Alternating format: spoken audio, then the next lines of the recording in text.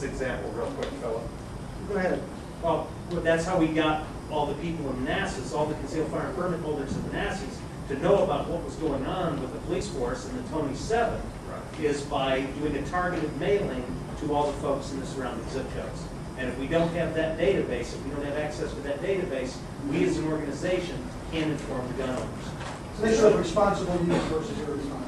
Yeah, I think very clearly what we're all concerned about here are, people who have permits because they have, an issue with perhaps, a former lover or something tracking them down, and they want to protect themselves. And they don't want their address posted up on a newspaper website to score political points. We've kept that list basically completely isolated from everybody. Right. Like That's obviously not what VCDL uses the list for. Yeah. I mean, those are the types of things that we obviously need to prevent from happening. Okay. Yeah. That's my main concern with it. Yes, sir. Are there any restrictions, gun restrictions on law-abiding citizens that you feel are necessary that you would support? No. Okay. There's not really anything else to say.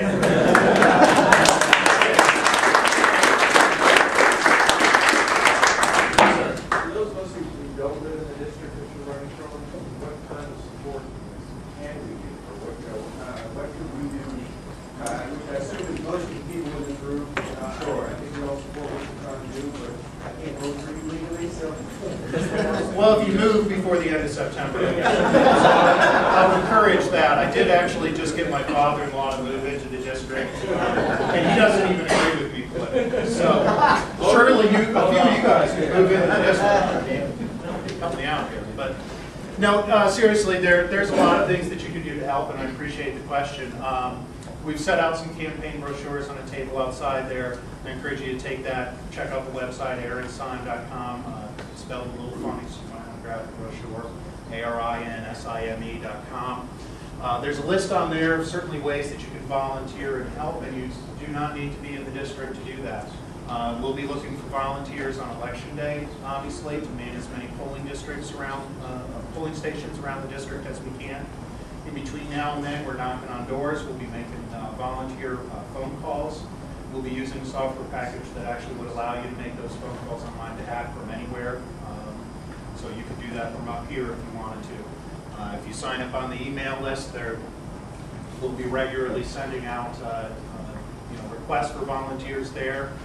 We're going to be doing a lot of county fairs in August. There's 6 counties in the district, so that's a lot of people and places and fairs to go to. So certainly if you feel like making a little drive down to the valley, you're more than welcome to do that. Also, and of course, I would be a terrible candidate if I didn't mention that I'm going to need to buy a lot of advertising, and certainly would appreciate any and all donations that anybody here could make. And, U.S. dollars are good from anywhere.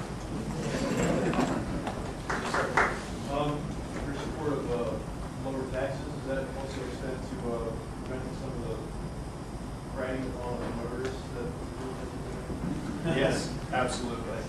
Absolutely. I think the fees are that everybody's upset about, and I've signed that big online petition myself. There's about 130,000 people around the state who've signed the online petition. Many of you may have seen as of this morning. And those fees are an example of what's wrong with Richmond. We've got a lot of bureaucrats who constantly tell us that they need more money for everything and anything in Richmond, or same way as Washington. And so we've got, our bicameral legislator, the state senate on one side always says, oh, you need more money, no problem, I'll raise taxes. That's the state senate's answer to everything. Our House of Delegates, on the other hand, are a little more politically savvy than that, perhaps, but it certainly caught them this year. Those fees, in my opinion, are nothing more than a sneaky tax increase by a different name. If you watched any of the General Assembly session debates this year, and I did, they were not talking about making the roads safer. They were talking about how we're going to come up with all this money to do these promises back. And those fees are how they came up with it. It's an example of the very uncreative way our Richmond government works. I mean, you may have, not to dwell on this subject too long, but You may have heard a news story a couple months ago that Richmond was worried that they were about to run out of money, that they weren't getting enough in tax increases. Well, the other half of that story you probably didn't hear was that they based the budget last year on a 6.5% increase in tax collections this year. Instead, they were only getting about a 3.5% increase. So they called that a budget crisis and said they needed a couple $100 million more dollars.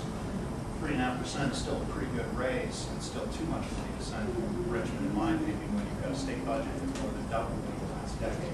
At some point, we need real leadership in Richmond, people who are going to stop, who are going to turn off the spigot of the taxes coming in, and say it's about time that we discipline ourselves on spending and stop talking about fees versus tax increases. That's not the debate.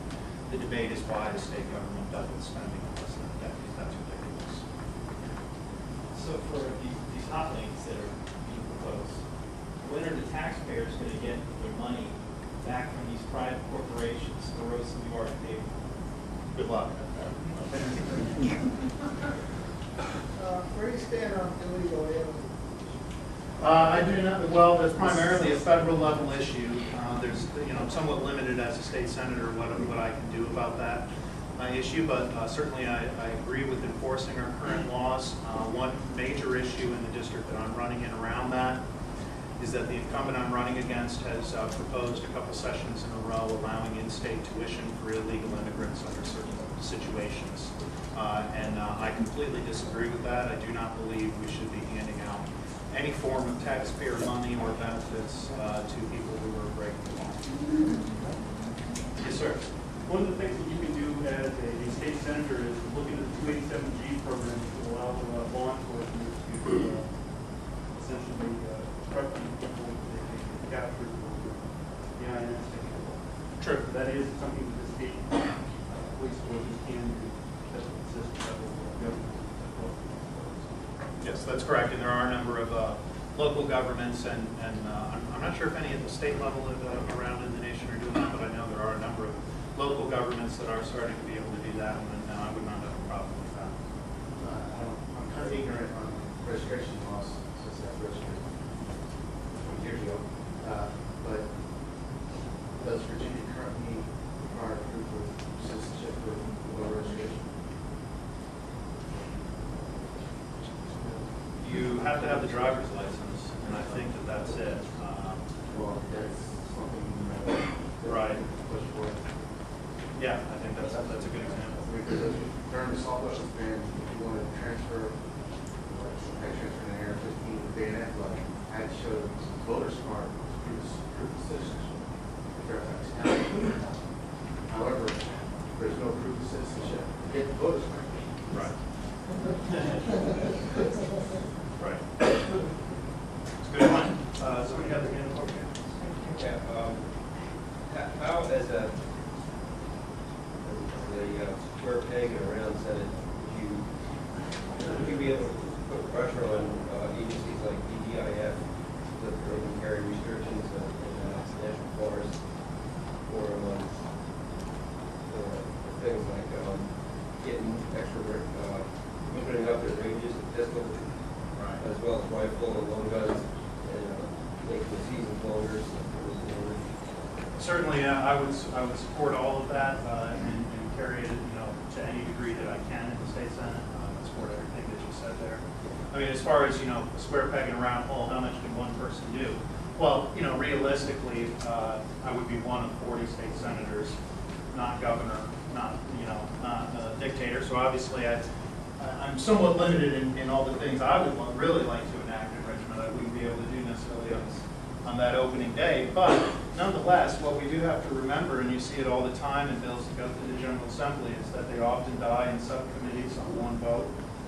They often die for lack of a second. They often never even make it for lack of finding a sponsor.